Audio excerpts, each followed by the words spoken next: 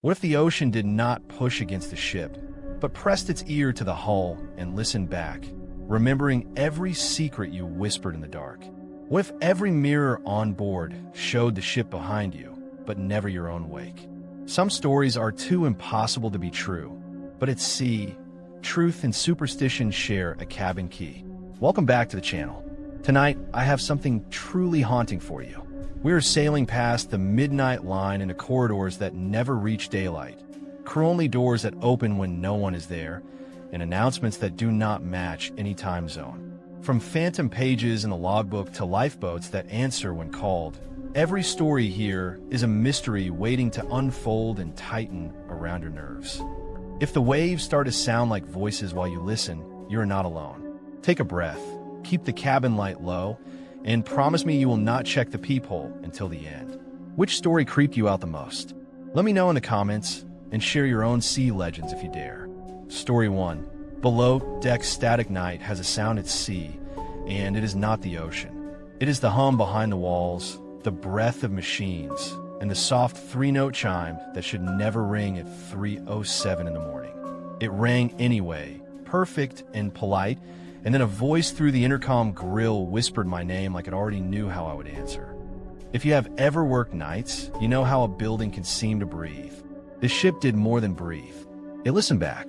I told myself not to speak, but silence can feel like a dare when the dark knows your name. I was below deck 1, in a corridor that forgot how to curve back to people. The metal skin of the ship kept the cold in. Every exhale showed in the beam of my work light like a ghost trying to keep up. AV had flagged a bleed of static on the emergency channel, a hiss that came and went like a tide. Since I was the new tech on Solstice Dawn, the middle of the night belonged to me.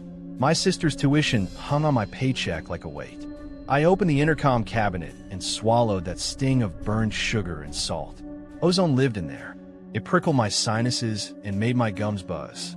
A white label on the panel read 13 in flaking red ink, and the tiny emergency LED under it flickered to a slow count I had not learned yet. I held the faceplate in one hand, and the ship whispered again through the speaker.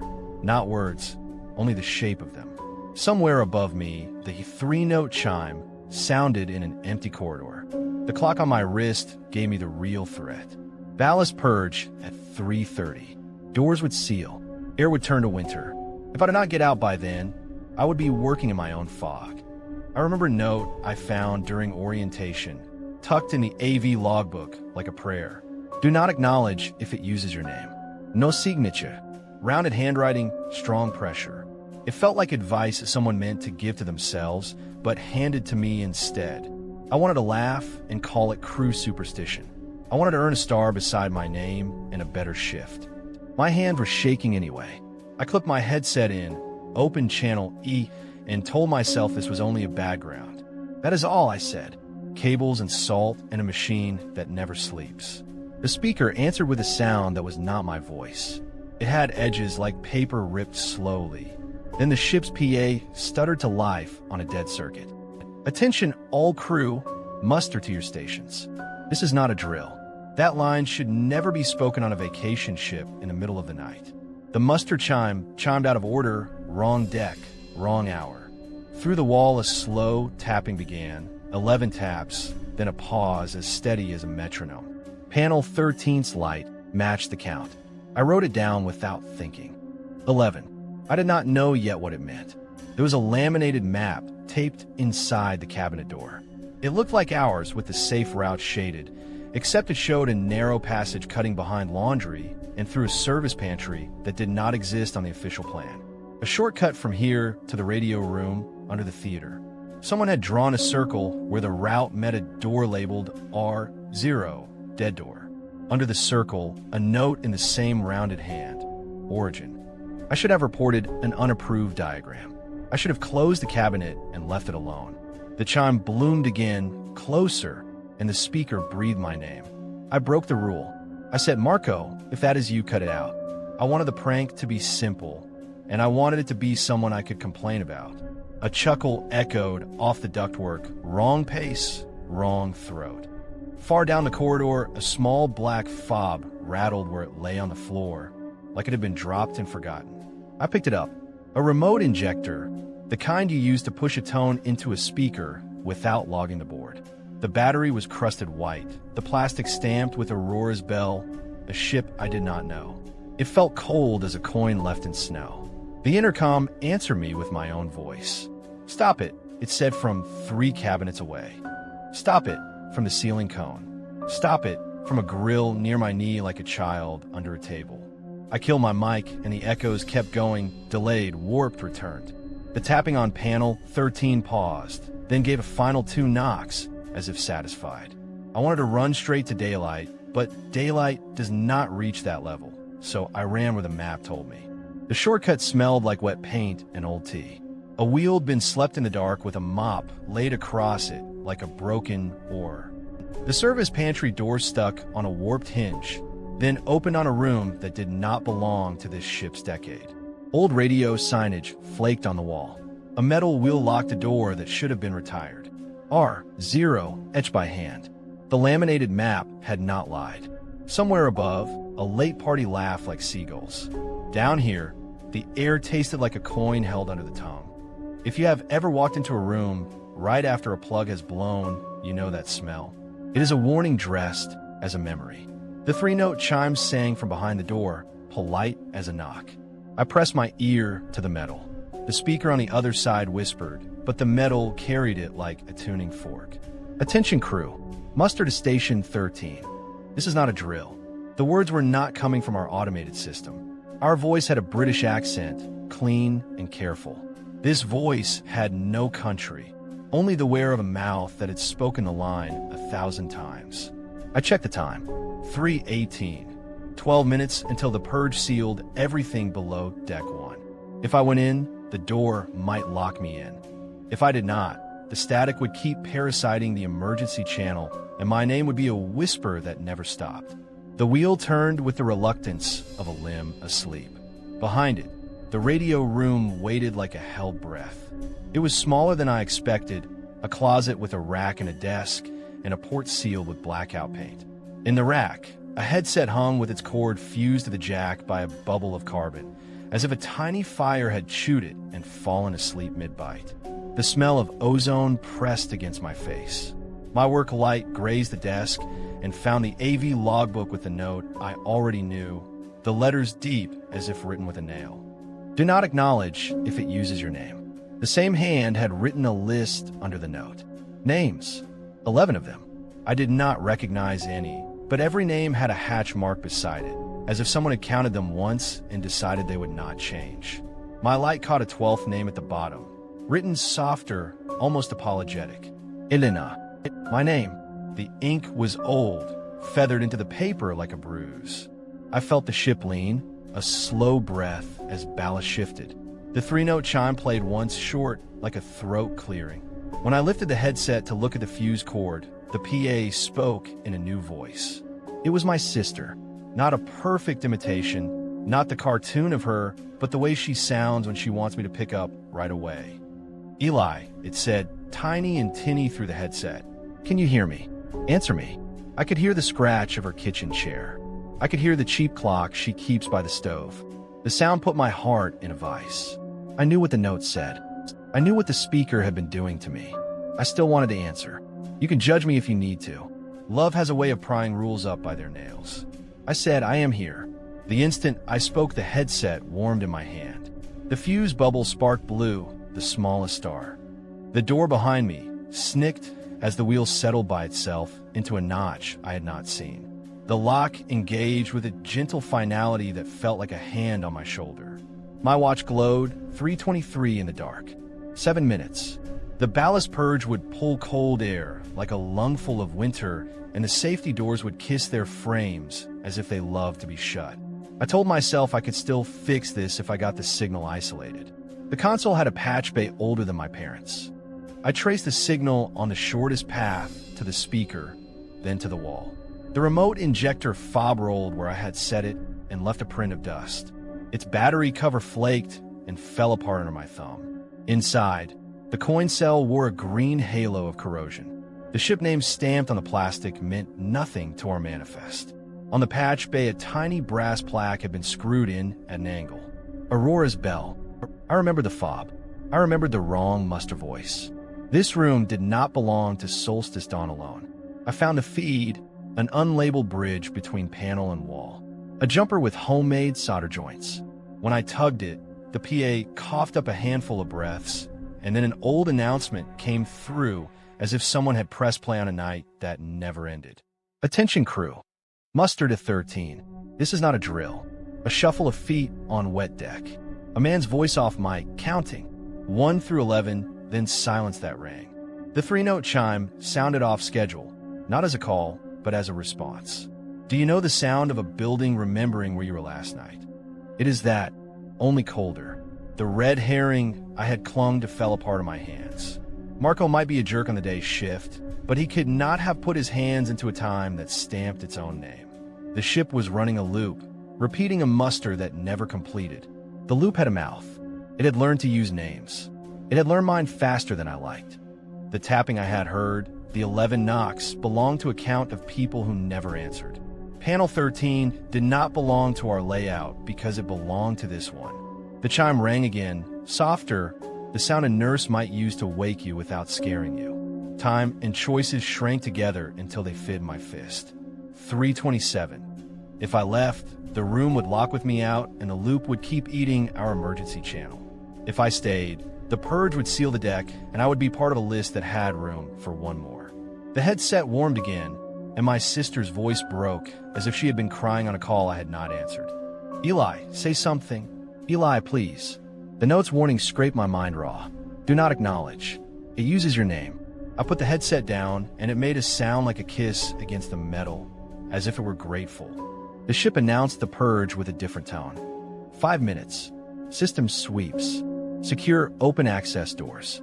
The dead radio rooms will settle deeper into its notch. My breath fogged the beam of my light and went nowhere. I pulled the jumper from the patch bay and jammed my own line into the bridge to ride the signal back. The smell of ozone pressed closer, sweet and metallic. The speaker sighed like a tired lump. The wall behind the rack thrummed, not steady like a machine, but irregular like a throat. If you have ever realized the thing you're fixing is not a thing, you know the sensation. I did what we call a whisper test.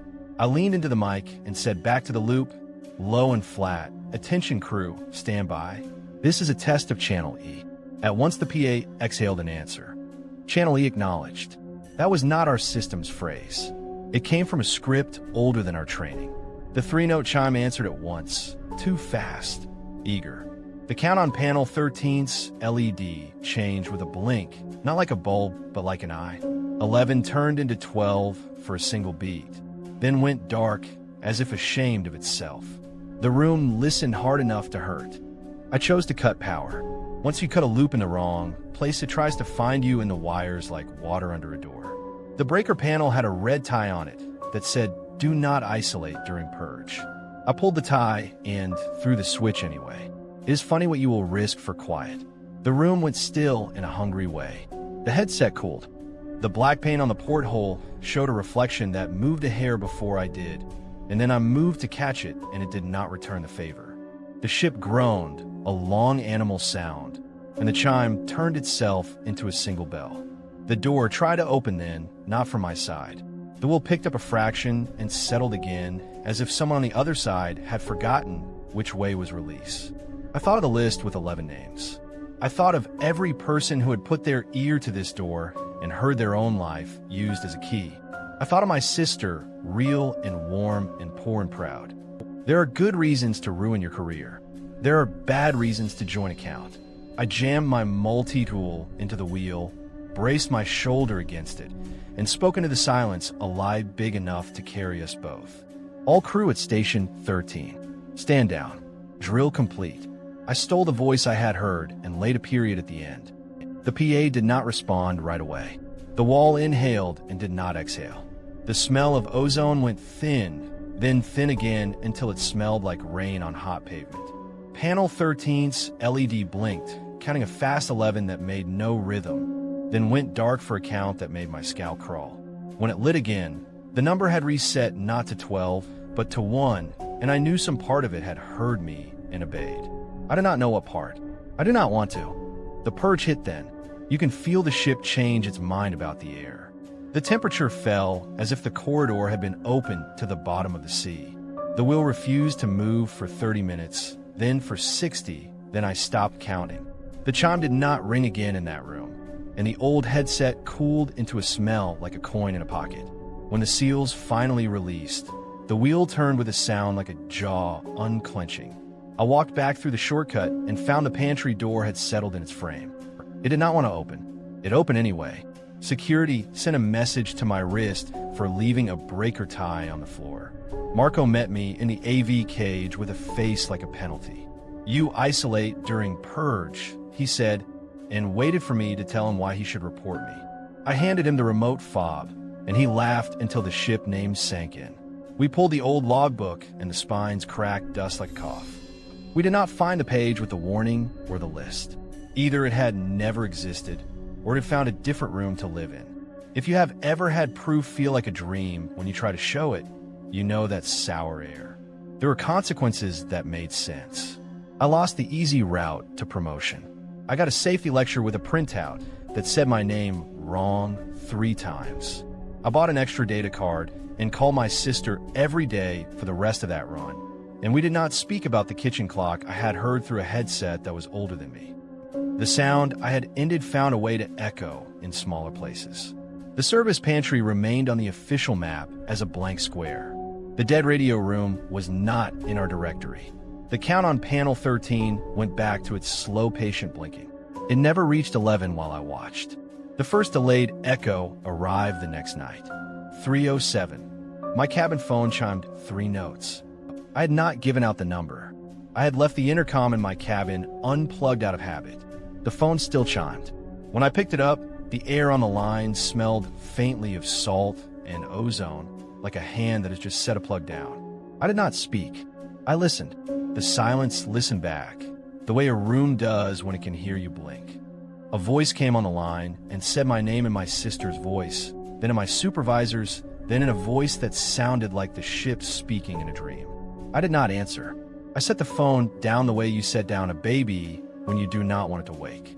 I sat with my back against the door and watched the tiny red LED on the cabin speaker.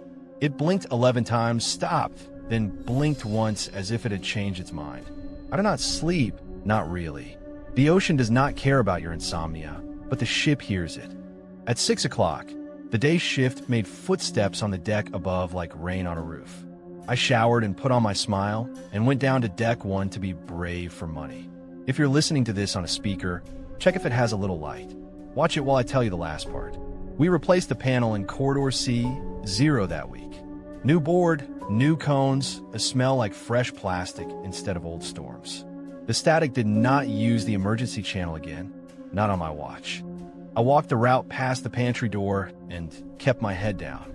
It is easy to be brave with other people around. It is harder at 3 a.m. when a wall knows your birthday. I left one thing behind for the next person anyway. A note in the logbook, tucked into a page no one checks in my own rounded hand. Do not acknowledge if it uses your name. It learns fast. It remembers faster. If it counts, make it count wrong. If it chimes, it is listening. If it smells like a plug you just pulled, close your mouth and wait. If you hear your sister, call her later on a line that has never been part of ship. When I finished writing, the 3-note chime sounded from the far end of the corridor. Not an alarm, not a drill, only a question that wanted to be a command. I smiled like I had practice in it, and I turned away. The static rose in the wall like a breath held a second too long. I tell myself I made the right choice. I tell myself the list is shorter by 1 now, that the LED on some old panel no longer knows how to reach 11. Then I walk into my cabin, and every night at 3:07, I hear the phone give that polite chime. I let it ring. The air tastes faintly of salt and something sweet that does not belong on air. Sometimes in the shower mirror, I see the ship behind me instead of the wall that should be there, and the reflection moves a hair before I do. When the mirror fogs, a single number draws itself and then fades. It is never the same. It is always counting.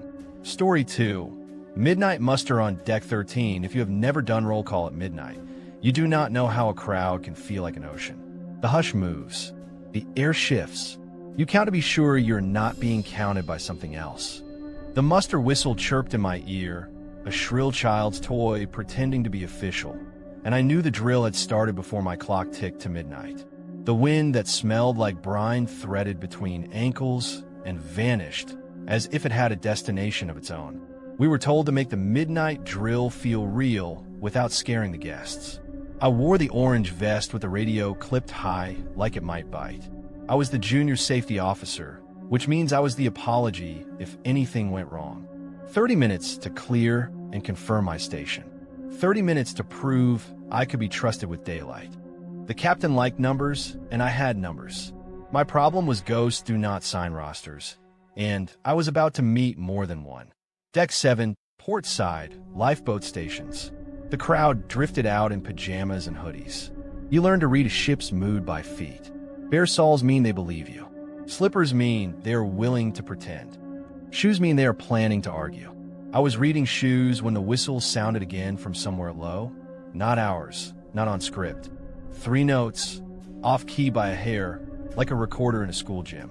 The cold draft came with it, a brush on my shins that made me want to step back and did not give me room. I did my job. Good evening, folks. This is a mandatory drill. We appreciate your patience. Please move toward Lifeboat 12. I held my clipboard like a shield. The roster had pre-printed names and a blank column for stragglers. Tonight my roster had an extra column pale as a water stain. It ran beside the regular names like a shadow. The faded names were smudged and older than the paper, which is a neat trick. I could read the first 3. Mrs. Maris, boy with whistle, unknown male. The ink had bled as if it had been written underwater. Alvarez came over the radio comm as Winter. Lee, you are primary for 7 port.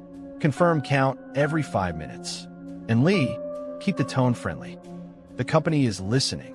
He always said the company was listening, like a parent in the next room. I answered, copy, and told myself he was staging something to test me. The senior officers have a taste for games that cost you your future. I had seen the way Alvarez looked at me when I asked too many questions. If there were extra passengers tonight, they would be actors or board crew. The first disturbance was ordinary. A woman in a robe insisted her cabin was on deck 13 and she had to retrieve her medicine. We do not have a deck 13. Most ships do not. We skip it for reasons you can Google and reasons you cannot. I smiled and told her gently that her cabin was on deck 12 or 14. She shook her head the way people do when they're trying not to cry.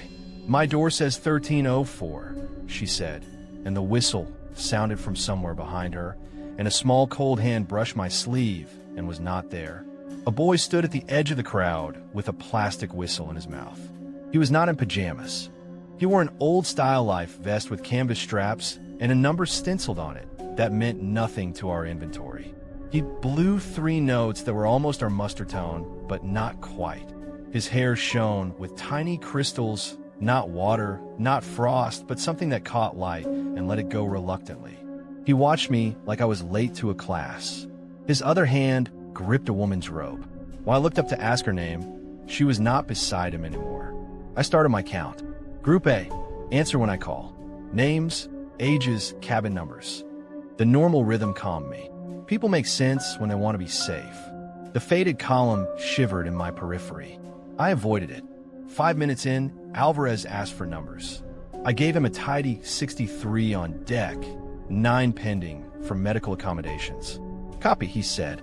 Keep it moving. His voice had that clean studio sound that means the door is shut and the air never moves. My air smelled like brine and cold metal, the scent the hull keeps on the inside of its teeth. At 0:07, the muster horn sounded across the ship, a steady blast that says stop joking and listen. Ours is an electronic tone tuned to be soothing. What we got was a step flat. Somewhere, a recording from another era had found a channel. The crowd shifted like a field of grass when a wind makes a promise. A second group appeared at the edge of the deck, blinking as if they had walked out of a dark theater. Old jackets, wrong life vests, vetkufs. Their faces had the glow of people being polite for a stranger's camera. I reached for my radio and felt the choice rise like a tide. I could report them and let Alvarez enjoy it, or I could fold the extra group into the drill and finish on time. If you have ever needed a job, you know the answer is not that you are brave. It is that you are practical. I gesture them in. Welcome, step to Lifeboat 12. We will get you checked. One of the men smiled apologetically like he had bumped me in a hallway. We are for 13, he said, and tapped the faded column with a finger that left a wet crescent on the paper. We always are. Lifeboat 13 rocked on its davits, though the sea was a sheet of black glass. It was a small movement, a nod, as if answering a question no one had asked out loud. My radio popped. Lee, status. I said, on schedule, because telling the truth felt like stepping off a curb into dark water. The boy blew his whistle again, 3 notes. Every time he did, a draft smelled like the inside of a shell.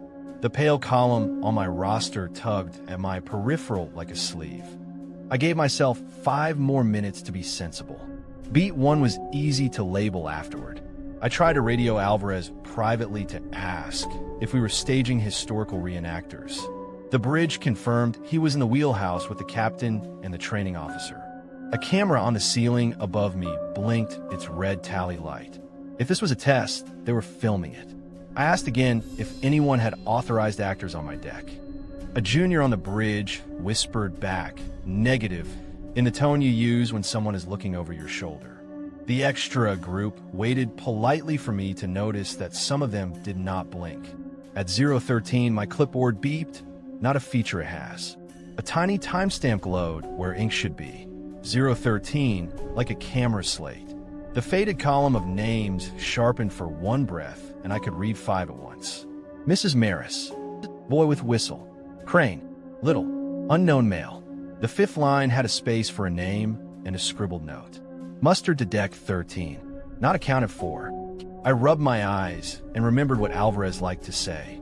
Deck 13 does not exist. Say it until it does. The words feel like a joke until the crowd parts and you see the door. It was between the lockers, a narrow gray door where there should have been air in view. An industrial number stenciled above it, 13, half scraped. I have walked this deck every day for months. That door was not there. The woman in the robe who needed her medicine stood by the handle as if she had been waiting for a late bus. I told you, she said softly. 13. The boy with the whistle looked up at me and raised his eyebrows like a dare. The draft at my ankles ran under the door and did not come back. Beat 2 was the first non-reversible change. I opened the door. I had to. If it was a trick, it would prove clever. If it was a hazard, I would own it. The space beyond was narrower than our hallways, and the lighting was wrong. It had that older ship luminance that turns faces into photographs. The walls were a color our brand does not allow. The air remembered an older paint. I told a dozen passengers to stay with my assistant and took the extra group through because I'm not a monster and because they had turned their faces toward me like plants toward a window.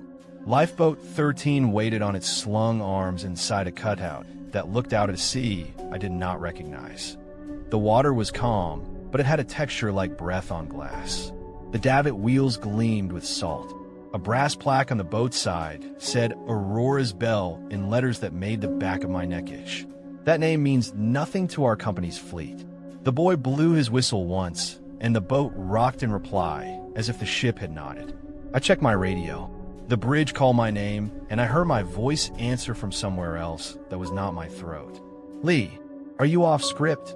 Alvarez asked, too sharp to be casual. I said no, and the radio hissed like someone was ironing the air.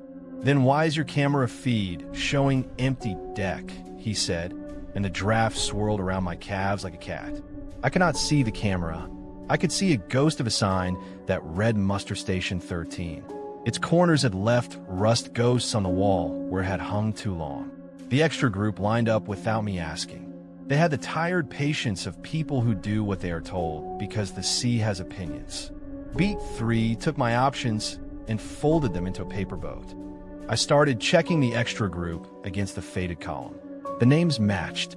When I said Crane, a man with a scar over one eyebrow lifted his hand and smiled like a man does in a yearbook photo. Little, and a tall woman with wet cuffs nodded once. Unknown male, and a gentleman who had never learned to be seen lifted his chin and tried. The boy blew his whistle. Mrs. Maris, I called, and the woman in the robe said here. And then she looked at me and asked, very gently, "Are you sure the count is right this time?" I held up the clipboard to show how official it was, and saw my own name faintly at the bottom of the faded column, like ink deciding to exist. The timestamp beside it read 013. The whistle chirped. The lifeboat creaked.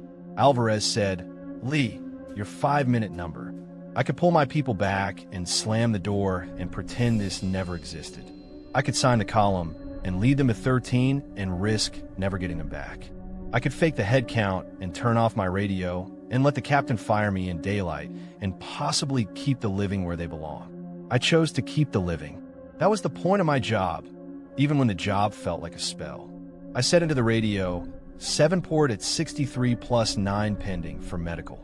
I did not mention the dozen extras in a hallway from another ship. Immediate consequence. The drill siren upshifted back to the correct tone. The crowd on deck 7 calmed the way people do when the adult in the room sounds confident. The cold draft stopped moving through ankles. The door to 13 did not close. It waited like a mouth unsure how hungry it is. Isolation arrived while I was pretending to be in control. The radio cut to static. My assistant's voice thinned into a carrier and dropped. The camera tally light went dark. The door behind me nudged my heel to remind me I had opened it. The extra group watched with their polite faces. Mrs. Maris said, "Every time they count wrong, we go back to our cabins and wait, and then the water comes anyway." She said it like she was apologizing for a dinner gone cold. The boy took his whistle out of his mouth and tucked it into his vest like he was done announcing anything. I tried to lock the door to 13, and my glove stuck on the handle. The metal felt warm as skin. The plaque on the lifeboat shone softly in my light. Aurora's Bell. The name nagged, not from our fleet, but from a safety seminar about identical tonnage and a fire in a service pantry years ago, a story told quietly to officers so we would not embarrass ourselves. An incident that had been marked drill at midnight and had become something else. My breath steamed. The air in the 13 corridor did not acknowledge me as a source of heat. The red herring snapped clean. Alvarez was not staging anything. He spoke from a bridge on open channel, and I could hear the hum of the racks and the captain's low voice. They were having their own problem with phantom tones crowding the system. "Lee, visual confirmation," he said. "Your camera shows clear deck." I stood with a dozen people, a boat, and a door that had never been on our map. If you have ever been told your eyes were wrong by someone who trusts their equipment more than your skull, you know the ache behind the teeth that follows. I turned to the extra group. "If I walk you toward 12, will you come?" Their eyes drifted to Lifeboat 13 the way a compass needle does when it is tired of being shaken. The boy blew the whistle once, not loud, not a performance, just an answer. Mrs. Maris smiled with a private sadness. "We go to 13, she said. "We always have." I checked the clock. 019. 11 minutes until my sign-off. 11 felt like a number the ship liked to say. I thought of Lifeboat 13 swinging in calm air and how nothing should swing without a hand. The revelation arrived wearing work boots. The faded column was not a list of people I needed to find. It was a log of people who had been found by someone else. The off-key muster tone was not a mistake. It was a recording of the last time they had been counted wrong. The child's whistle was not an accessory. It was the only sound that pierced both tallies at once. I said it out loud, so I would believe me. "This is a replay," I whispered, and my breath tried to hide in my mouth. "This is a drill that never ended for you." The misdirection had been kind to me. I wanted Alvarez to be the culprit, because embarrassment is easier to fix than whatever this was. The detail that broke the ruse was small. Lifeboat 13's bow had a dent pattern like tooth marks, for shallow dips spaced like knuckles, the kind that come from repeated testing against a rail that no engineer on our ship would permit. The dent matched a photograph I had seen in that seminar slide. A brass plaque reading Aurora's Bell. The years stamped under the number, rubbed by salt, older than my career could remember. Point of no return. I told the extra group we would not launch their boat. I told them they would stand with my guests under 12 and be counted with names that still had rooms. The boy regarded me as if I were making a new rule in a game he had invented. He put the whistle to his lips and did not blow. He tilted his head toward Lifeboat 13 as if to say, "You may as well pretend the sea is not wet." I lifted my radio. It hissed like steam. I made the choice anyway. Keep the living. Refuse the script. Count the stubborn way. I folded the extra column under my palm so I could look people in the face in light of fate. Station 12, I called, voice steady, the way training taught us. Form a line. Mrs. Maris took the boy's hand and lifted her chin and stepped toward 12 like a woman walking down a church aisle. The others followed with the quiet relief of people who are being told what to do at last. The draft turned and moved with us, the smell of brine climbing the stairs. The door to 13 stayed open behind my shoulder. The boat creaked as if disappointed. The climax did not throw itself. It settled. The off-key tone lifted into the correct one, like a singer finding their note. The crowd on deck 7 saw my line and folded around it like a current. I checked names. I called them loud enough to drown the memory of the other count. I signed off stragglers with a neat hand. When I read the faded column, the names blurred again as if ashamed of how legible they had been. The boy raised his whistle, then paused, then held it out to me like an offering. The plastic had yellowed in a way that does not happen overnight. He whispered, "If you blow it, it will come." His voice was sand soft. I shook my head and closed his fingers over it. "If I blow it, it will leave with someone who is not ready," I said, and I did not know where I found that sentence, but it fits the shape of my mouth even now. He nodded once like a judge giving a sentence and tucked the whistle back into his vest. Alvarez came on the radio, cool again, as if ice had never melted in anyone's throat.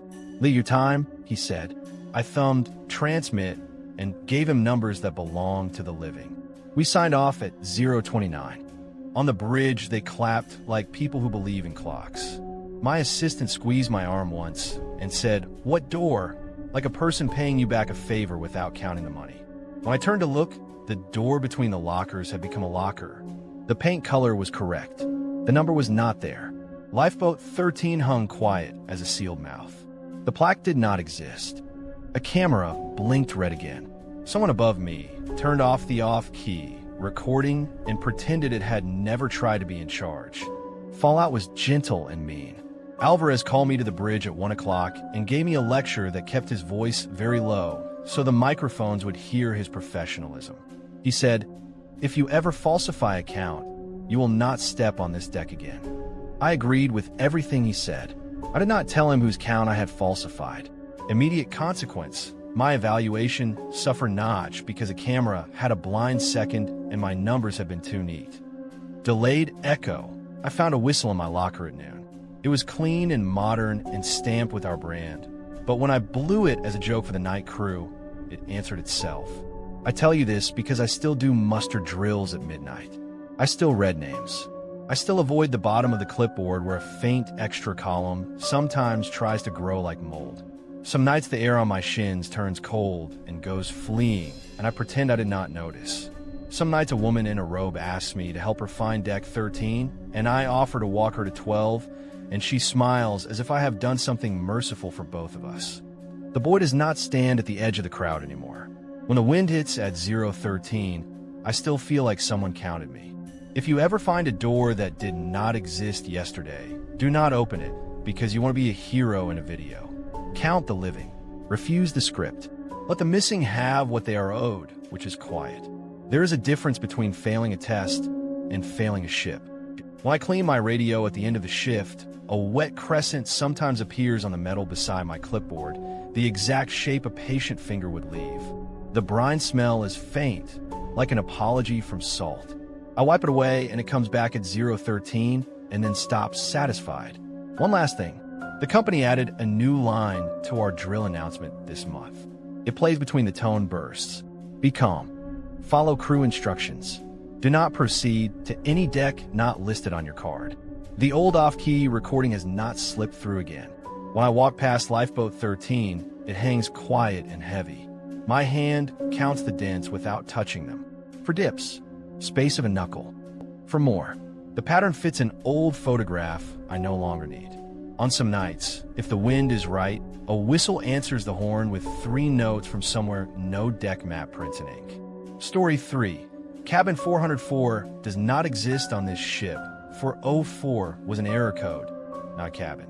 That is what I told my audience when I promised a midnight upload from the most haunted spot on board. If the video buffers while you listen, do not tap away. Some doors hear impatience, and take it as permission. I only meant to film a cute segment about superstition and floor plans, but the camera found the door before I did, and the door found me, which is a different kind of content than I usually make, right? I am Rachel. I run a travel channel where I turn warnings into mysteries and mysteries into watch time. My partner begged me to stop poking around crew spaces for one trip. I promised I would behave. Then I saw the deck maps in the guest hallway skip from 403 to 405. Number 404. The kind of detail you cannot resist when your job is curiosity with a thumbnail.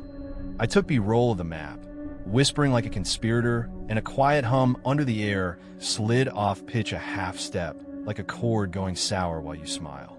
A housekeeping cart always sat in the same place by a blank stretch of wall. Nobody moved it. Not for traffic. Not for kids running shoes. It guarded that spot like a patient dog. The crew joked when I asked. All bright smiles and no eye contact. Do not film the door, one said, grin wider. It films you back.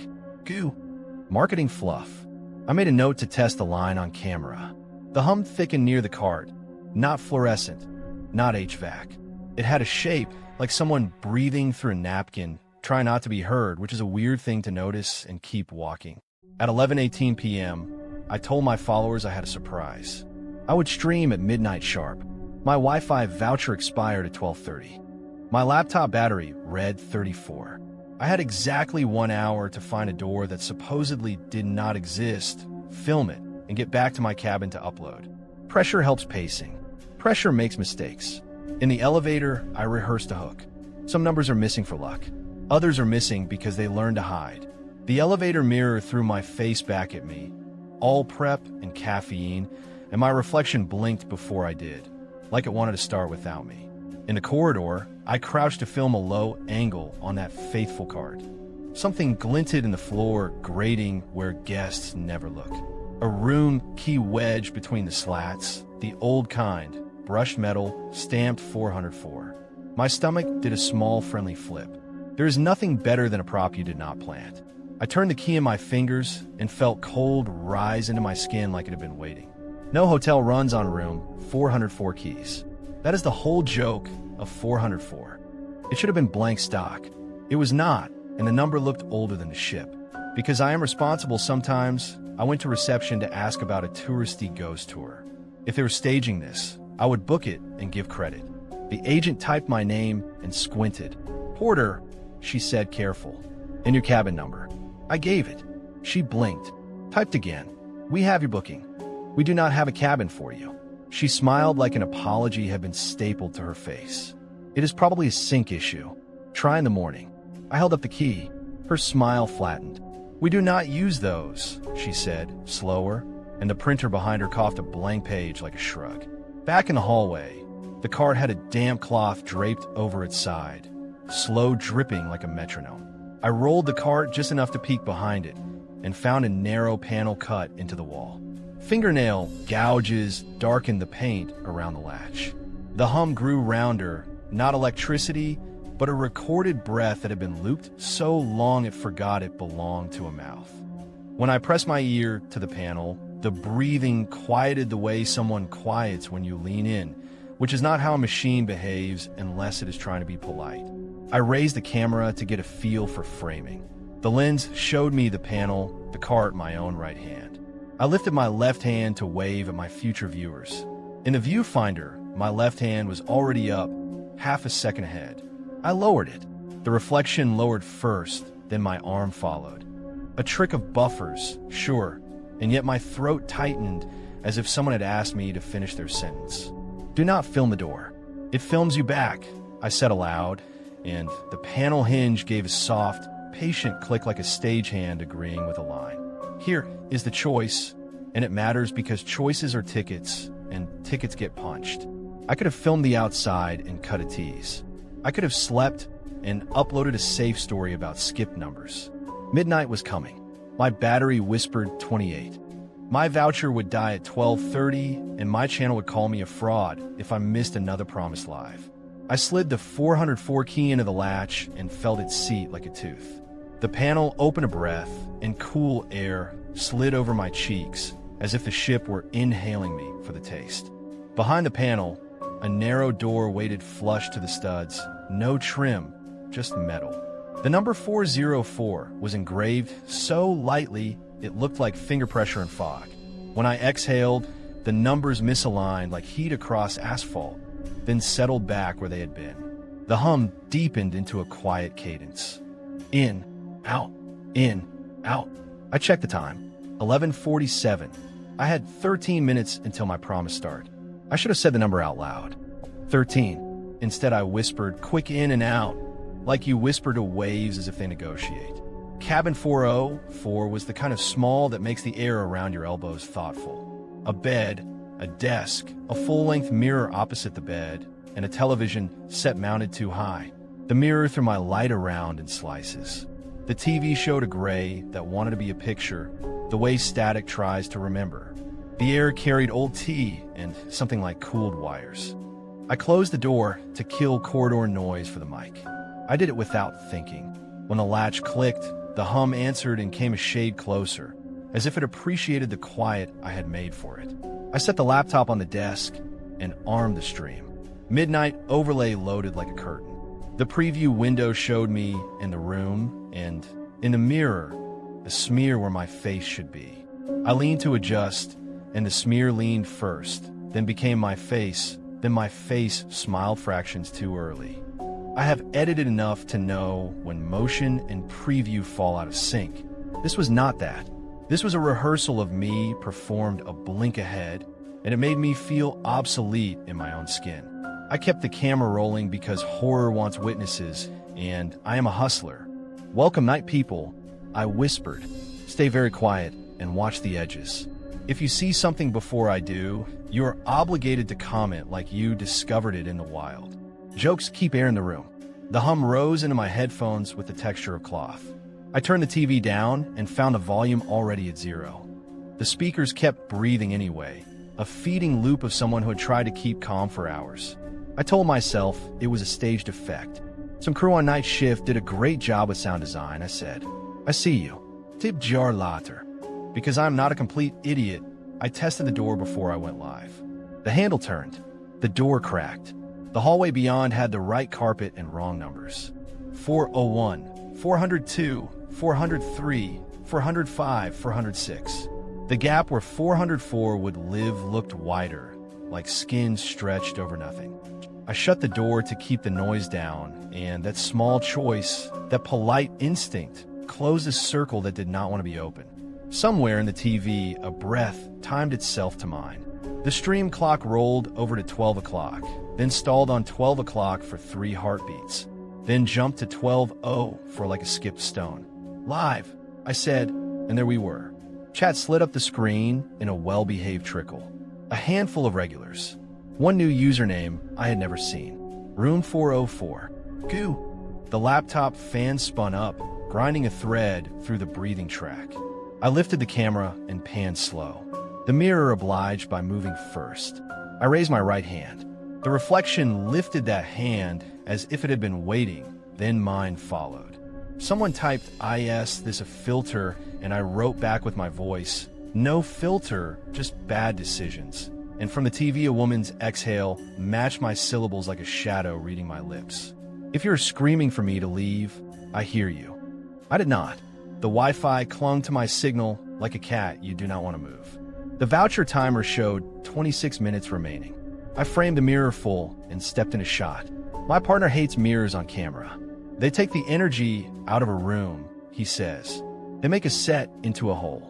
As I watched, the reflection got bored with me and glanced down and away at my hands, as if remembering that it needed a prop faster than I did. It opened a drawer I had not touched, pulled out a folded piece of paper, and smiled. I opened the same drawer because I'm a puppet of my worst self. The paper was there, one word on it, written with a blunt pencil. Stay. The handwriting had a childish certainty, tall letters that leaned forward like walkers racing. The edges were soft, as if folded and unfolded for years. The hum in the TV paused, then inhaled, then became her again, the woman I could feel without meeting. The smell in the room acquired a teaspoon of wet wool. Someone in chat typed, "Hey, the clock behind you," and I turned. There was no clock. My laptop said 12:09. My phone said 12:03. The camera said 12:13. The door number on the inside of the peephole ringed itself with the tiny stamp all doors have. For 04 in miniature, etched like a signature you do not see unless you put your eye where I should not go. My reflection stepped up to the mirror again and lifted the 404 key I had left on the desk. Mine sat on the desk where I had placed it. The reflection raised it to the glass, and the number on the key gleamed, and the carved 404 on the door behind me shivered like heat. "Okay," I said too brightly. "Interactive experience. Props to housekeeping." I tried to book it as an attraction because that would keep everything light enough to keep filming. I moved to the door to check the hall again. The handle was warm, like a hand had just left it. I opened. The corridor outside was not our corridor. Same carpet pattern, wrong tones, older lights, a drip you could not find, and a smell like cooled coffee in a cup that was left by a phone nobody answers. Numbers on the wall went 401,402,403 and then leaped to 405 as if a page had been torn out and smoothed. Point of no return is a phrase you hear and think of cliffs. It feels smaller in practice. It feels like deciding to shut a door because the sound quality will be better. I shut it. I locked it. I put the key inside the lock so I would not lose it. The mirror brightened as if someone had lifted a shade behind it. In the reflection, I did not lock the door. My hand hovered. My face tilted toward the camera with the look I wear when I decide to game an algorithm. Then a half second later, I lifted the key and pressed my ear to the door as if listening for a cue. The climax tried to be gentle. The breathing matched mine. Then it paused and waited to see if I would notice. The speakers in the TV crackled, and I heard a woman counting under her breath. 1, 2, 3, 4. She stopped before 5 like 5 belonged to someone else. I scrubbed the audio back, and it did not change. It had the stubbornness of something recorded onto metal when tape was expensive. I held the camera to the mirror and saw the back of my head and the key raised. Chat filled with faces. Room 404 type hi Rachel in lowercase, and my name in lowercase looked like a decision made far away. I tried to stop the stream. The cursor lagged. The stop button moved a hair before my touch reached it. I toggled Wi-Fi. A network I did not buy appeared. 404 serve. Strong. Open. My laptop chose it the way water chooses a slope. The counter to the right of the preview said 0 viewers for a breath, then 1. Room 404 again. I looked straight into my lens and said, "If you are watching this later, I'm going to do the stupid thing and walk away." The mirror Rachel raised the key and smiled like a polite host and did not follow me at all. I pulled the key from the lock. It did not weigh enough. I opened the door and saw my hallway again, our carpet, our light, the friendly scorch mark by 403 we all pretend not to see. I took one step out, and my phone alarm chirped the 12:30 voucher expiry. My laptop whined from the desk, and the chat froze, and the one viewer remained. I had to choose between saving the gear and saving my story. Makers will understand. I grabbed the camera. I left the laptop open and streaming, screen facing the mirror, a bright square in a small room, like an altar. I told myself I would come back in 2 minutes with a portable battery and a sensible adult. I told myself doors do not move when your back is turned. The corridor extended in both directions like a long question. At the elevator, I turned for one last check, because endings always want one more look. Through the closing door, I saw myself in the mirror. Not my back, not my camera. Me, front on, in that room, smiling at my own lens. My reflection lifted the key and tapped it against the glass. The sound came through the TV speakers in a neat, polite tick. The twist did not arrive with horns. It arrived with a map. By naming the cabin on stream, by typing 404 in the title block and saying it out loud with my bright voice 3 times, I had taught the ship to print the number. 404 became a place the way a bookmark becomes a place if you stare long enough. The breathing was not power. It was whoever had counted to 4 for so long the room learned her long. The door did not film me. It rehearsed me. It wanted the timing right, so when it stepped, nobody would miss the beat. You can break a loop if you can make it miss a step. I went back, fast, hard on the carpet. The panel hissed cold around the edges like breath through teeth. I snatched the paper from the drawer, flipped it, and wrote 405 on the blank back in block letters, the way signage speaks. I taped it to the outside of the door. I said into the stream, clear as instructions on a plane, we are in 405. We're in 405. We are in 405. The mirror Rachel's mouth moved a hair behind mine. The breathing track faltered, then doubled, then forgot which chest it matched. I opened the door and stepped through. The hallway number placards read 401,402,403,405,406 with a smug ordinariness that felt like a threat. The laptop's fan returned to a human pitch. The Wi-Fi voucher had expired and the unauthorized network was gone, like a hose someone rolled. Inside the room, the TV showed plain gray. The mirror held the simple shape of my back and my camera and the curve of my neck where nerves live. I reached for the laptop, and the screen went black, and the stream file corrupted itself like an animal covering a hole. Fallout came easy and crooked. Reception still did not have a cabin for me. They had my meals logged and my card charges and 0 square feet of space I could sleep in. It is a sync issue, they repeated, and printed me a new key card with no number on it, only a stripe. My upload later that night was 12 minutes of darkness with breathing under it. The comments argued. Some said it was my best work. Some said it was an insult. Room 404 left a single dot, and then nothing, which is either art or a leak. Back in my actual cabin, the laptop woke at 3:04 on its own and showed one unseen viewer on a dashboard I do not use. My mirror in the bathroom fogged and cleared, and for a second my reflection cupped its ear as if the room were telling its secret. On my pillow, the 404 key lay politely like a hotel chocolate. I touched it. It was room temperature, which is worse than cold. I put it in the drawer and closed the drawer and opened it again to prove I was the one in charge. The key waited and the drawer smelled like cooled wires. I keep filming because that is what I do. If you watch my next video and see numbers slide at the edges, do not comment with a timestamp. If you hear a breath that is not mine, do not tell me who you think it belongs to.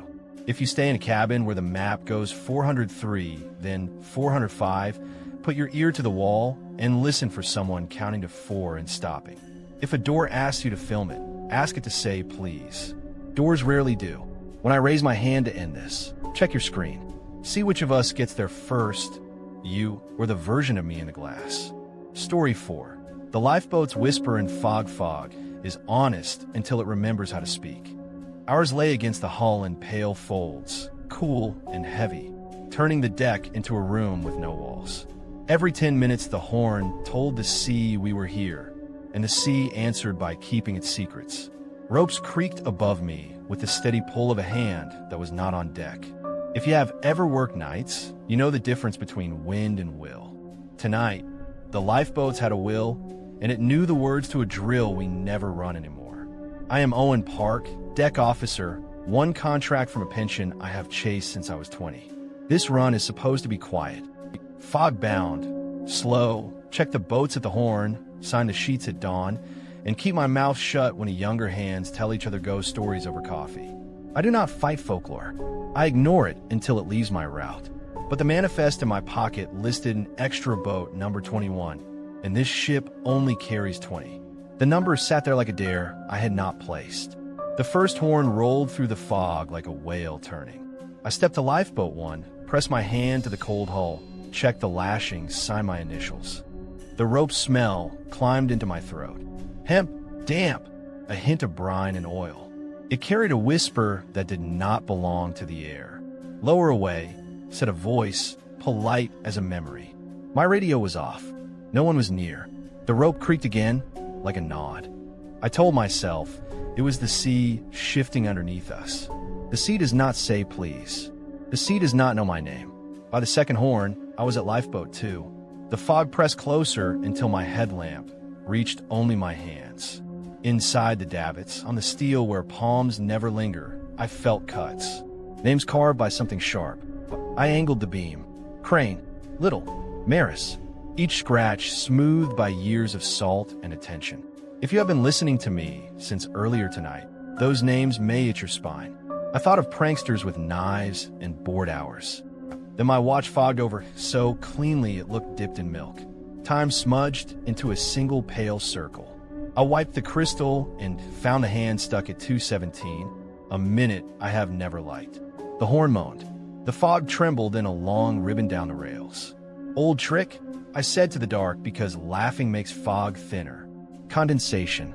Condensation does not reset to 2:17 every night. Condensation does not hush when you say a time out loud. A whisper in the rope answered me with a phrase from training we retired years ago. Lower away. The words came like a habit. We do not lower at night. We never lower in a fog. The boats did not care how our manual reads. At the third horn, I checked Lifeboat 3 and heard children trying to be brave. Not screams. Never screams. Just that small, coached hush that adults use to keep order. Hold hands. Breathe. It is a drill. The boat hull answered itself with a rub of wood on wood that no longer exists on our fittings. I ran my palm along the inside of the davit and felt knuckles and notches. For dents. A pause. For more. It matched a pattern I have seen on boats that were tested too often against bad rails. Patterns do not explain voices, but they give your brain something to hold. If you were with me then, you would have heard me say out loud what I wanted to believe. Radios hidden by the kids. Deckhands bored enough to teach the old man humility. I took a panel off a speaker cage near Lifeboat 4, muscles remembering a dozen other ships. The screws complained like teeth. Inside, the cone was cracked, the wiring corroded green, and a faint embossed name pressed the dust. Aurora's Bell. Not our ship. Older. The fog in my chest tightened. A prank can be fixed. Another ship's bones on your deck cannot. The fourth horn sent its shoulder through the fog and moved everything a finger's width. The boat swung in its davits, that tiny repeat motion a person makes when they need you to look. I signed for and walked on. If you keep count with me, you will feel the way a deck length changes when the world shrinks to a circle of light. I passed a rack of immersion suits that all faced the same way, like strangers waiting in church. The end suit turned its hood a shade toward me on a drift of air that did not stir the rest. The rope's smell got sweeter like old wetwood. By the fifth horn, I had circled to Lifeboat 8, because the fog makes numbers matter differently. Someone had chalked a tiny tally beside the cradle. 11 slashes crossed at the bundle. That number has been stalking us all night. 11 taps on metal. 11 names in a ledger tucked where no one sees it. 11 people who do not match our passenger count. I pressed my thumb to the chalk. It came away dry on night when everything else sweated. Lower away, the draft said by my knee, as if instruction does not age. You will ask why I did not call the bridge. I did. Alvarez had the watch, and the instrument said nothing but fog. Stay on rotation, he said, cheerful as an intercom, and I heard people behind him at work. I nearly asked about Boat 21. I nearly asked why my manifest had a line for a boat that would not fit. I kept my mouth shut because you do not joke on the bridge with your pension in view. Every 10 minutes, the horn reminded me that time is not yours, even if the ship pays you for it. The sixth horn was the one that changed the route. I came around the port boats and saw a shape tied at the far davit where we store chandlery. A boat that should not be there. Low in the water where the fog kisses the sea. A hull weighted, slick and old, its paint the color fog would choose if it were building one. The number 21 stenciled at the bow like a rumor. The lines from our davits to her cleats ran tight, but watched, like they could uncoil and tell me I had been seen. My headlamp threw back a shine from brass that does not live on our ship. The whisper came not from rope or cone, but from the boat herself. Stand back, it said, the way a supervisor says it before test. Then soft, almost tender, lower away. The words tasted older than me in my mouth. I could have crossed the deck and cut the line. I could have called Alvarez with a calm voice and asked him to step to port and see the thing the fog had made. I chose wrong. I answered the way a habit answers when it hears its command. Lower away, I said, because something in me wanted to see if the fantasy would obey. The immediate consequence felt like a heartbeat under steel. The davit creaked in gratitude. The slack ran. Boat 21 eased an inch, then a breath more, until she hung half out over the side where water is not a color, but a position. The foghorn spoke a long vowel that felt like a question. My watch fogged at 2:17 with mechanical devotion. The carved names under my hand felt warm as skin. I ripped my glove off because the thought of warmth there made me childish. The rope's smell stepped closer, as if it had legs. I tried to undo my mistake with a word that never feels powerful. Belay that, I said, as if I were stopping a child from running into the street. The line twitched against the drum and bit like a living thing. A voice from the boat counted slowly, calm as a nurse. 1, 2, 3, 4. It never said 5. It did not need to. It had already learned that someone always says 5 for you. I stood on a deck that does not permit superstition and felt it collect around my knees like water at shore. Beat by beat, the night changed the rules. I pulled the safety pin to lock the drum, and it gave under my hand as if the metal had decided to be old at last. I shouted for hands, for anybody, for laughter to break the spell. No one made a sound. Even the fog's breath took a pause. Boat 21's hull bumped the plating in a slow, testing kiss. The whisper that had asked to be lowered now asked for something else. List the names, it said. All souls. The word all has a way of wanting more than you thought you owed. I did what training demands. I refused. I'm not tallying the missing to sue the thing that is not mine. The rope under my palm slid a fraction toward the sea and took 2 seconds of deck under my boots with it, the way a bus steps when the brakes fail. The horn spoke again. The sound went into the fog and came back thinner, like we had moved a wedge of air and it was unsure where it should settle. The carvings in the davit pressed into my fingertips as if they wanted to be read aloud with my blood. The red herring had one last swing in it. I tore open a second speaker grate, looking for the smug hardware the kids would show in a video later. The old cone inside pulled free in a crumble. A label burned in a decade. I never worked read not for this vessel. The brittle wire was wound around a tiny tag with a number. 21. The fog likes coincidence. It wears it like a ribbon. A breath of cold climbed my spine with careful force. Lower away, the rope set again, and I knew then that the boat was not asking to be saved. It was asking to finish a story. If you have ever made a choice that removes an option, you know the exact weight it adds to your hand. I hit the general alarm for my section, not the ship-wide one, just enough to make my deckhands run. I drew my knife. It is not dramatic. It is a medium blade we keep bright. I put it to the settling lanyard because the painter was too thick to take clean and the drum had the look of a thing that would hurt anyone who loved it. If you cut me, the whisper in the boat said, almost kind, I will go without a list. I could live with that. My pension could not live with 20 missing at dawn because I trusted fog to be merciful. I cut. The line sprang and slapped. The sound came back from the fog delayed, shivering. Boat 21 drifted a hand's width away, then another, then rested against nothing like a chair that had forgotten the floor. The horn's next note ran across her bow, and the fog tightened around the number until the paint seemed to lift. She did not sink. She did not rock. She hung and waited, as if waiting were her job. An immediate consequence arrived, as they do. The deckhands reached me wide-eyed and angry with adrenaline. Sir, one said, and stopped because the shape at the rail did not fit any book we have. I told them to log a failed lowering test and to put hands on every pin from 1 to 20. Do not speak to it, I said, and felt ridiculous with the sentence in my mouth. The foghorn spoke again, somewhere beyond the damp white. A bell answer sounded soft and delicate, a dinner bell rung with gloved fingers. The delayed echo did not wait for morning.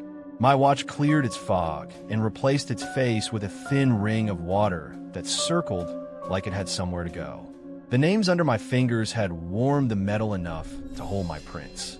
I wiped them away, and they bled back like a leak under paint. Boat 21 rested where the fog led it. The Whisper started counting again, patient, like a metronome for a choir offstage. 1, 2, 3, 4. If you have ever wanted to ask who starts a count and who ends it, do it before the fifth number feels like a mistake you can fix. The point of no return came quiet. I pulled the manifest I should not have had and put my pen on the line that says extra craft. The foghorn groaned, and the ship shivered like an animal shaking water from its ears. All my tidy years do not include this page. All my nights do not include this signature. But the ledger keeps its own pens. I did not write Boat 21's name. I wrote the names I had felt under my hands. I wrote them on the line that says accounted for. I left the last space open. The boat in the fog stopped counting for the length of the horn. The ropes relaxed as if something unclenched its hand from around the deck. The rope smell on my nose softened into clean hemp and sun. It was a lie, but it was a kind one. I turned to the deckhands, and in the tone of a supervisor at a drill, I said, "Repeat after me. Belay lowering. Secure for sea." We spoke it into the fog the way you speak into a sleeping room. The Whisper in the boat did not argue. It said something else instead. Make fast. The climax belongs to noise and silence taking turns. The horn called the sea to witness. I stepped to the drum with 2 hands and 1 knee and raised the pin that had given and locked it into a notch it did not want to learn. The rope spat out 1 last foot of slack with a hiss like boiling. The deckhands leaned their weight into the line. Boat 21 came flush with our rails as if we had hauled bad weather by hand. The Whisper on the water faded, not away, but inward like someone closing a door down a hall. Names, the boat said one last time, almost casually like a clerk collecting tickets. I put my hand on the carved steel of the davit and read them aloud. Crane, Little, Maris, the ones I could reach. I saved the last space. I will not give it mine. When I finished, the fog loosened like a curtain hauled by a bored stagehand. Dawn is a word. It is also a direction. Pale color crept into the world. Boat 21 paled with it, edges going thin, number fading back to paint, and then to fog, and then to nothing. The line we had cut hung clean, a tongue that had learned to be quiet. We finished the rotation like men return to their tools after seeing a thing that does not fit their hands. At dawn, Alvarez signed my sheets as if he had watched me through the night and approved of what I had done with his rules. He did not ask about Boat 21, and I did not tell him about the manifest line I tore out with the calmness of a man who chooses not to make another man's job worse. The deckhands slept hard during the day and dreamed with their fingers twitching like rope practicing in air. Fallout is measured in small noises. That week, every time the horn went, the ropes at Lifeboat 1 did not creak. They breathed. I stopped wearing the watch on deck after 217 took a liking to it. In the mess, the kids stopped telling the ghost story about the extra boat because ghost stories are only fun when they are wrong. I make my notes in tidy print. I keep a pencil by the davits to trace the letters so the steel will not forget the names we can afford to remember. The last space stays empty. I'm superstitious now. Not about bad luck. About debt. If you want a neat ending, I only have this for you. On my off watch, I sat alone in my cabin with the curtains cracked to let fog in. Rope smell lives in cloth longer than salt. When the horn sounded, I heard a bell answer itself far away. My phone lit with a weather alert that did not match any system we use. It read make fast. I do not know who sent it. In 2 weeks, I will sign papers that cut me loose from a ship's payroll. I will take my pension and put my feet on land. I do not know if the ropes will stop talking when I do. If you sleep on a ship in fog, listen hard. When the horn blows, count with the thing that answers. If it stops at 4, do not help it find 5. If a boat appears where numbers say it should not, refuse to give it a list. Lists invite math, and math is patient with lives. If you have a name carved where metal was meant to be smooth, read it out loud until a hand relaxes you cannot see. Then put your pen down. Leave 1 space empty. Let morning own what night wanted you to keep. If you're still here, tell me what you would have done at the rail. Would you cut the line or call the bridge and trust the camera? Tap a like if you want more nights at sea. Story 5. The purser who never clocks out. If you have never listened to Money in the Dark, you do not know how it breathes. Our purser's office sounds like paper learning to speak, tidy clicks and polite shuffles. Then the brass desk clock hits 2:17 and everything holds its breath. The second hand lifts, almost moves, then freezes as if waiting for a signature. That is when the ink smell wakes up. That is when the tobacco, the kind that lived in other decades, climbs out of the grain of the desk and waits by your throat like a question you do not want to answer. I am Maya, assistant purser, second contract, trying very hard to look like I was born behind counter. On a ship, money behaves better than people if you talk to it in the right tone. My promotion depends on finishing this voyage without a single guest escalation. Every night at 2 o'clock, we reconcile accounts. At 2:30, the safe auto-locks and prints its judgment in a steel voice. There is no excuse it respects except the code. I love deadlines because they make choices for you until you meet a choice that refuses to be timed. The old duty roster on the wall lists every purser who held this chair. Names that look like a hymn. One line is half-scratched. Holt, Daniel. The years beside his name look rubbed with an eraser until the paper turned into a soft scar. I asked about him on my first day. Holt, someone said, casual, like a story you do not tell for free. He never clocked out. People love a line like that. It folds into the ship's folklore, as safe as a song. It was not a song at 2:03 when the printer spat a receipt with a neat DH stamped where my initials should be. Guests came in waves that evening, all apologies and irritation. Double charges for gift shop knickknacks, casino chips reconciled in the wrong currency, a long phone call billed twice. I smiled until my cheeks stung and fixed what I could. Each receipt had a tiny round stamp in navy ink. DH. The font belonged to a time when we used stamps. We do not stamp anything now. I put the papers on the desk as evidence for mourning and called the night's supervisor to ask if someone was playing with a novelty stamp. He laughed and said, "Old office myths," and told me to lock up early if I got ahead. I did not get ahead. At 1:58, the safe hummed the way a nervous throat hums before it speaks. I ran the audit. The ledger populated with entries I did not post. Bar tabs, mini-bar restocks, a refund to a cabin that does not exist. Every line had a calm footnote. Processed by Purser Holt. I checked the user logs to see who had my password. Nobody. I pulled network cables, and Wi-Fi hid like a guilty cat. The entries kept coming. It felt like water finding the lowest point. It felt like someone doing their job while I watched my job leave my hands. If this were a prank, the culprit would be my senior colleague, Anita, who hates my smile and my tidy handwriting and the way I follow the manual like a promise. Anita likes old jokes and better timing. I told myself she was forging DH to rattle me, to make me miss a step. I checked the camera feed for the office. Empty corridor, cold chairs. The red tally light stared with the politeness of a witness who will not go to court. I checked the duty roster to see if Anita had slipped her key from the office ring. Every key hung where it should, small and obedient. The brass desk clock clicked to 2:17.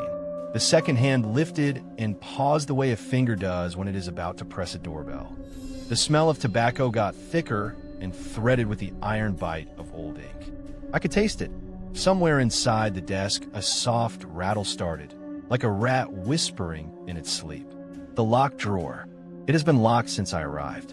No key on the ring fits it. Historic, the chief purser said when I asked. We keep it for atmosphere. Guests love our old world charm. The drawer disagreed with the story and tapped the wood like a polite guest who does not like to wait. This is where the choice first got teeth. I could pretend not to hear it. I could finish the audit minus the ghost entries and accept a mismatch that would be my fault on paper. Or I could break the drawer and violate a rule that has a real signature under it. Promotion or truth, those were the options. The safe hummed to remind me that the clock has moral opinions. I slipped a ruler between wood and metal, and the lock gave like an old regret. The drawer's side open. A ledger waited inside, leather wrinkled, corners rounded by long hands. The ink that lived in it was not dry. The first page that met me was neat. Columns, dates, hands that knew how to balance a day. The last date with a stamp beside it made my scalp tighten. 2000 and a year that belongs to photographs in a museum. After the date, a line in a slanted hand. Audit incomplete, resumed.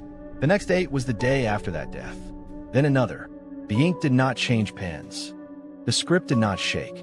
I have seen imitations. This was not that. I turned a page and felt a curl of smoke lift as if the paper remembered a habit. If you're thinking, call someone. I did. The bridge put me on hold while they spoke to a tender captain. Security said, if it is fraud, preserve evidence, and asked for a badge number I do not have. The night supervisor told me to breath and make a copy for the morning. No one told me how to reconcile charges recorded by a man the roster has tried to erase. I circled back to the printer and watched it produce another DH receipt, slow and careful, as if someone were pressing each line onto the paper by hand on the other side of a wall. The desk clock still pointed its thin finger at 2:17. The safe beeped the countdown until auto-lock. 12 minutes. 11. The room got colder the way rooms get colder when a window learns it is a door. I touched the ledger, and my fingertip came away dark, as if the ink had decided I belonged. A blot formed at the base of my thumb, round and glossy, like a stamp warming up. I wiped it on a tissue. The stain lightened, but did not leave. That is when the tobacco smell stepped, distinct, the way a person steps who is trying not to scuff polished floors. Purser Holt, I said, out loud, because I'm stupid and bold in equal measurements. This is Maya, acting assistant. We open at 2 o'clock and shut at 2:30. If you have transactions, present them now. The office air listened hard. Paper lifted at the edge as if a breath had moved through it. The ledger pages flipped themselves until they found a blank. A neat hand wrote a single line without the visible help of a hand. Room 514, duplicate charge void. The pen waited, then added a note. Apologies. I did not sleep on duty. My mouth said, I see, while my spine walked backward. Red herrings like to wear familiar faces. I snapped a photo of the handwriting and pulled up the archive scanner that holds old employment files. If Anita had copied Holt's hand to mess with me, this would tell me how well she traced. I found a personnel memo from 30 years back, a safety award, Daniel Holt's tidy signature at the bottom. The slant matched. The loop of the H. The way the T crossed later than the stem. Even the small hesitation before he wrote the number 7. The screen did not care if I believed. It placed 2 scripts side by side, and they were the same person writing in 2 different climates. The safe beeped at me like a metronome having a bad day. 7 minutes. 6. I could not reconcile a ledger with dead entries that refused to stop arriving. I cannot leave it mismatched. Failing an audit is not a ghost story. It is a career. It means being moved to laundries and smiles you cannot cash. The drawer rattled again, softer, as if it wanted to suggest a compromise. The brass clock drew the second hand back a hair in a tiny fake start. My laptop showed the accounts page, and the cursor moved itself toward non-revenue adjustments, because software loves an easy answer. The revelation came in small print at the bottom of the ledger, a line of text most eyes would call decoration. At 2:17, the purser on duty shall attest balances and acknowledge any open vouchers. Attest, a good old word. It means make it true. It means own it with your breath. Holt had collapsed at that minute. Everyone says so. The brass clock remembers for those who do not. If the purser on duty does not attest, the ledger does not close. If the ledger does not close, the system does not sleep. If the system does not sleep, someone will keep working, even if that someone has no lungs left to complain about the tobacco smell. Point of no return. You know it when your hand is over a line and the line is tired of being theoretical. I took the ledger, turned to the last page with Holt's neat slant, and put my pen on the blank beside the word attested. If I signed, I suspected the clock would move. If I signed, I also suspected I would never sleep at night again.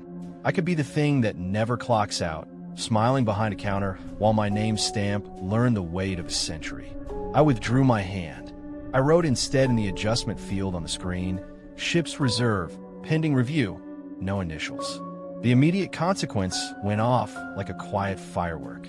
The desk clock shook itself, and moved 1 second, then stopped again as if to say, almost. The safe gave a chirp that sounded like a machine clearing its throat. The ledger did not like my lie.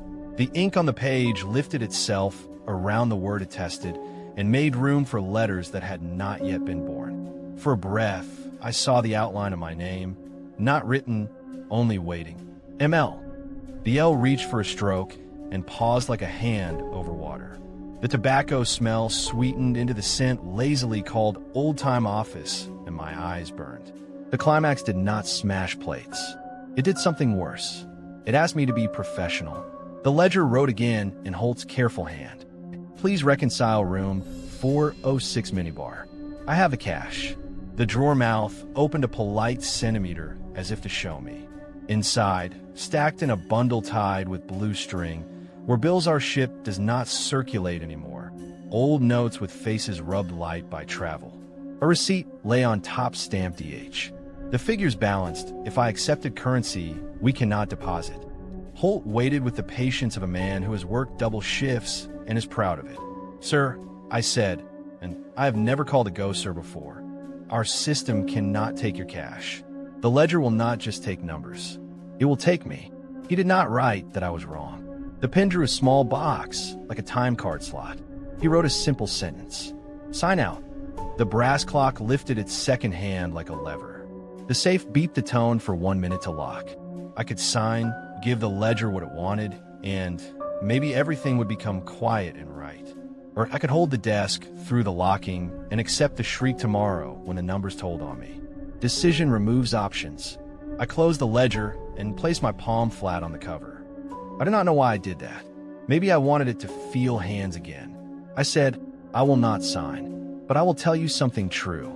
I opened the software and printed a non-revenue voucher that ships use when we absorb a cost that should belong to the sea.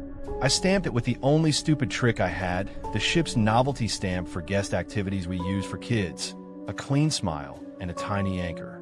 I wrote in ballpoint across it, audit closed by supervisor authority, Holt complete, sleep. The ink on the voucher looked ridiculous on the leather. For a heartbeat, nothing changed. Then the ledger pages turned themselves back 3, then forward 1, like a reader finding their place.